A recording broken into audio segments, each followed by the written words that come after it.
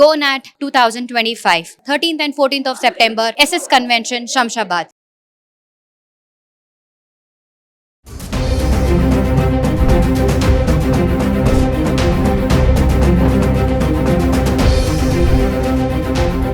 నమస్తే, welcome back to Suman TV. Present మనతో పాటు ఉన్నారు consumers affairs committee chairman Mandari Krishna Reddy గారు. నమస్తే సార్. నమస్తే మేడం. సార్, బంగారం ధరలు చూస్తే మరి 1,10,000 దాటేసింది. మరి ముందేమో దివాళీ ఉంది, దసరా వస్తుంది. మరి చాలా మంది ఏమంటున్నారంటే అప్పటికల్లా ఏమైనా తగ్గే ఛాన్సెస్ ఉంటాయని చెప్తున్నారు. చూస్తే అసలు ఆల్ టైమ్ హై రికార్డ్ అనమాట. గతంలో కూడా ఎప్పుడు ఇంతలా పెరగలేదంట ఒకేసారి. మరి పండగ సీజన్కి ఏమైనా తగ్గే ఛాన్సెస్ ఉన్నాయా అంటే ఏం చెప్తారు సార్? భారతదేశంలో గోల్డ్ ధర ఇవాళ ఇంత ముందు ఎప్పుడు కూడా 1,10,000కు రీచ్ కాలేదు. మొదటిసారి రీచ్ అయింది. 1,10,000 పర్ తులం. ఒక తులానికి 10 grams కి 1,10,000 అనేది ఇట్ ఈస్ రికార్డెడ్. ఇంతకన్నా ఇంత ఎప్పుడు రాలేదు. ఇదే ఫస్ట్ టైం వచ్చింది. అందుకే దీన్ని మనం ఆల్ టైమ్ రికార్డ్ అని మనం అంటున్నాం. ఇది రీచ్ అవ్వడం అనేది మంచిగా చెడ్డగా అంటే డెఫినెట్గా ఇది మంచిది కాదని మనం చెప్పాల్సిన పరిస్థితి ఏర్పడుతుంది. కారణం ఏంటంటే భారతదేశంలో ఎక్కువగా బంగారాన్ని వాడతారు. మధ్యతరగతి వాళ్ళు కూడా పెళ్లిలో కనీసం తాలిబొట్టు మిగతా ఏదైనా ముఖ్యమైన విషయాలకు కంపల్సరీగా తాలి తీసుకోవడం అంటే బంగారం తీసుకోవడం ఒక అలవాటుగా అనవాయితీగా ఉంది, సాంప్రదాయంగా ఉంది. పెద్దవాళ్ళు కూడా సహజంగా ఎక్కువ వాడుతుంటారు. కొంతమంది ఎక్కువగా ఆభరణాలు ప్రదర్శించడానికి వాడుకునే వాళ్ళు ఉంటారు. ఇది సాధారణంగా జరుగుతున్న విషయం. ఇప్పుడు వీళ్ళందరూ ఎక్కువ రేటు పెట్టి కొనుక్కోవాల్సిందే, ఒక మార్గం లేదు. కొన్ని గవర్నమెంట్ కన్నా ట్యాక్సెస్ ఏమైనా బాగా వస్తాయంటే అంత గొప్పగా వచ్చేది ఏమీ లేదు దీని మీద, అంతకన్నా ఎక్కువ ఏం రావు. ఇది ప్రపంచ మార్కెట్ మీద ఆధారపడేది కాబట్టి దీని హెచ్చుతగ్గులని మన చేతుల్లో లేవు. 2-3 రకాల కథనాలు చెప్తున్నారు ఎందుకు ఇది పెరిగింది అనడానికి. ఒకటి మామూలుగానే డాలర్ విలువ మీద ఆధారపడి, ప్రపంచ యుద్ధాల మీద ఆధారపడి, స్టాక్ మార్కెట్ల మీద ఆధారపడి ఇది మామూలుగా ఉండేటువంటి విషయం అయితే, ఇంకొక విషయాన్ని ఏం చెప్తున్నారంటే ట్రంప్ తీసుకున్న నిర్ణయాల వల్ల చాలా మార్కెట్లలో సంక్షోభం ఏర్పడింది.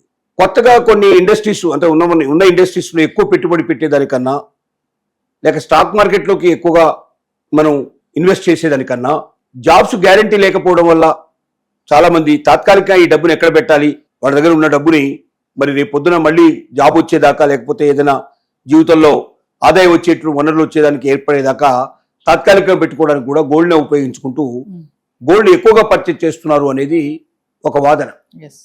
అలాగే భారతదేశంలో కూడా ఇప్పుడు జిఎస్టీ తగ్గడం వల్ల కొంత ఆదాయం పెరిగే అవకాశం ఉంటుంది కంపెనీలకు కానీ మనుషులకు కానీ అన్నిటికీ.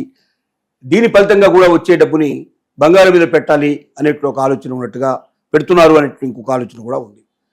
ఇలా ఒకేసారి డిమాండ్ ఎక్కువ పెరగడం వల్ల కూడా గోల్డ్ రేటు పెరగడానికి ఒక అవకాశంగా ఏర్పడింది అనేది ఒక వాదన. గోల్డ్తో పాటుగా సిల్వర్ రేటు కూడా పెరుగుతోంది. ఇది బాగా పెరిగి మళ్ళీ 1,50,000 అయిపోయి 2 లక్షల దాకా వస్తుందా అన్న భయాలు ఉన్నాయి. ఇప్పుడు ముఖ్యంగా దీపావళి పండగకి కొనుక్కోవాలా అక్కర్లేదా, ఇప్పుడే కొనాలా, దీపావళి పండుగ అప్పుడు కొనాలా, ఇది ఒక పెద్ద ప్రశ్న. అప్పటిదాకా వెయిట్ చేయాలా? ఇప్పుడే కొంటే అప్పుడు తగ్గిందనుకోండి చాలా బాధపడతాం. ఇప్పుడు కొనకపోతే అప్పుడు బాగా పెరిగిందనుకోండి బాధపడతాం. ఇది సందిగ్ధ అవస్థలో ఉన్నారు. వాస్తవంగా దీనికి ఆన్సర్ చెప్పడం కూడా చాలా కష్టం. దీపావళికి బాగా పెరుగుతుందని చెప్తే తీరా కొన్న తర్వాత అది పెరగకపోతే బాధపడతారు.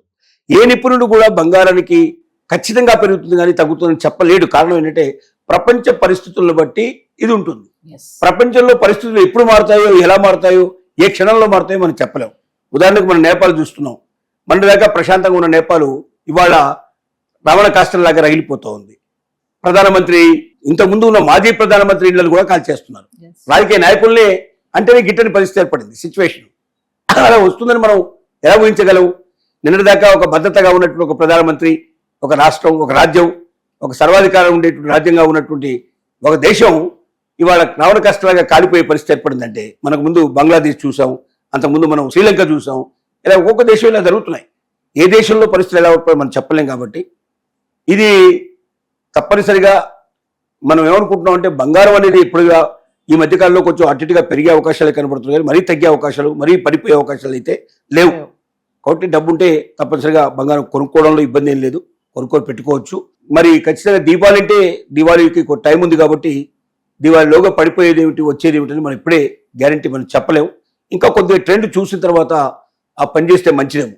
ఒక వారం 15 రోజులు మనం గమనించిన తర్వాత అప్పుడు పరిస్థితిని బట్టి కొనాలా అక్కర్లేదని నిర్ణయించుకుంటే మంచిది. కానీ ఇది చాలా అర్లీ టైం, ఇప్పుడే నిర్ణయించుకొని దివాళీకో ఇప్పుడే కొనుక్కోవడం అనేది కరెక్ట్ కాదేమో అని మన ఇన్ఫర్మేషన్ మనం ఇవ్వగలిగేటువంటి అంటే ఇప్పుడున్న పరిస్థితులను బట్టి చెప్పగలిగే విషయం మనం. అంటే ఈ పెరుగుదల చూస్తుంటే సార్ ఒకవేళ తగ్గినా కూడా 1,00,000 కిందకి వెళ్ళేటట్టు అయితే కనిపించట్లేదు, 1,00,000లో ఆగుతుందేమో. 1,00,000 కిందకి అయితే పడిపోయే అవకాశం లేదు, తప్పనిగా 1,00,000 పైనే ఉంటుంది. 1,00,000 నుంచి 1,10,000 మధ్యలో తిరుగుతుంది. దాదాపు ఒక మళ్ళీ 15 రోజులు నెల రోజులు తిరిగే అవకాశాలు ఉన్నాయి. కొంచెం పెరగడం కొంచెం తగ్గడం సామాన్యంగా జరుగుతుంది. 1,00,000 కిందకి దిగదు, 1,30,000 పైకి అయితే పోదు. ఈ రెండింటి మధ్యలో ఉండే అవకాశాలే మ్యాక్సిమం మనకు కనబడుతున్నాయి. ఇది ఒక మాసం నుంచి కనీసం 2-3 మాసాల వరకు టైం తీసుకుంటుంది ఈ తగ్గడం పెరగడం అనేది. తర్వాత ఒకేసారి మళ్ళీ కొంత ప్రయాణం వెనక్కో ముందుకో ప్రయాణం చేసే అవకాశాలు ఉంటాయి. సో ఏదేమైనా సార్ పండగ సీజన్ దగ్గరకు వస్తుంది కాబట్టి కొనాలా వద్దా అనేది మాత్రం ఖచ్చితంగా మీరు అన్నట్టు కొంటే ఏంటి కొనకపోతే ఏంటి ఏది చెప్పలేము. అది కొద్ది వెయిట్ చేయడం మంచిది అంటున్నాం. మరి పండుగ అంత దూరం వెళ్లకుండా దానికి మధ్యలో ఇంకొక 10-15 డేస్ వెయిట్ చేసి పరిస్థితులు ఎలా వస్తున్నాయో రోజు రోజుకు పెరుగుతూ కనబడతాయి, తప్పనిసరిగా పెరుగుకోవడం మంచిది. తగ్గుతున్నట్టు కనిపిస్తే కొంచెం వెయిట్ చేస్తే మంచిది అనేది మనం ఇచ్చేటువంటి సలహా.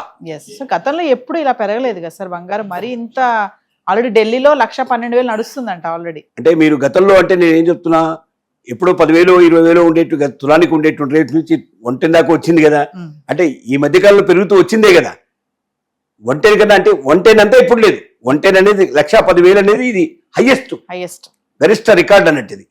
అంటే ఈ రికార్డుకు ఇంతకు మించి ఇంతవరకు ఎప్పుడు లేదు రేటు. ఇదే ఫస్ట్ టైం 1,10,000 వచ్చింది. కాబట్టి గతంలో ఉండే అవకాశం ఎట్లాగూ లేదు.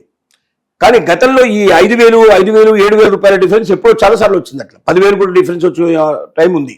10,000 ఒకేసారి పెరిగిన పరిస్థితి కూడా ఉంది. కాబట్టి పెరగడం అనేది సాధ్యమే, కానీ 1,10,000 రీచ్ అవ్వడం అనేది అందరినీ ఆశ్చర్యపరుస్తున్న విషయం. ఇది బహుశా ఆల్ టైం రికార్డుగా ఉంది. కాబట్టి భవిష్యత్తులో ఇంతకన్నా పెరుగుతుందా ఇంతకన్నా తగ్గుతుందా అనేది ప్రపంచ పరిస్థితులను బట్టే ఉంటుంది. వెయిట్ అండ్ సీ అని మాత్రమే మనం చెప్పగలుగుతాం. Thank you.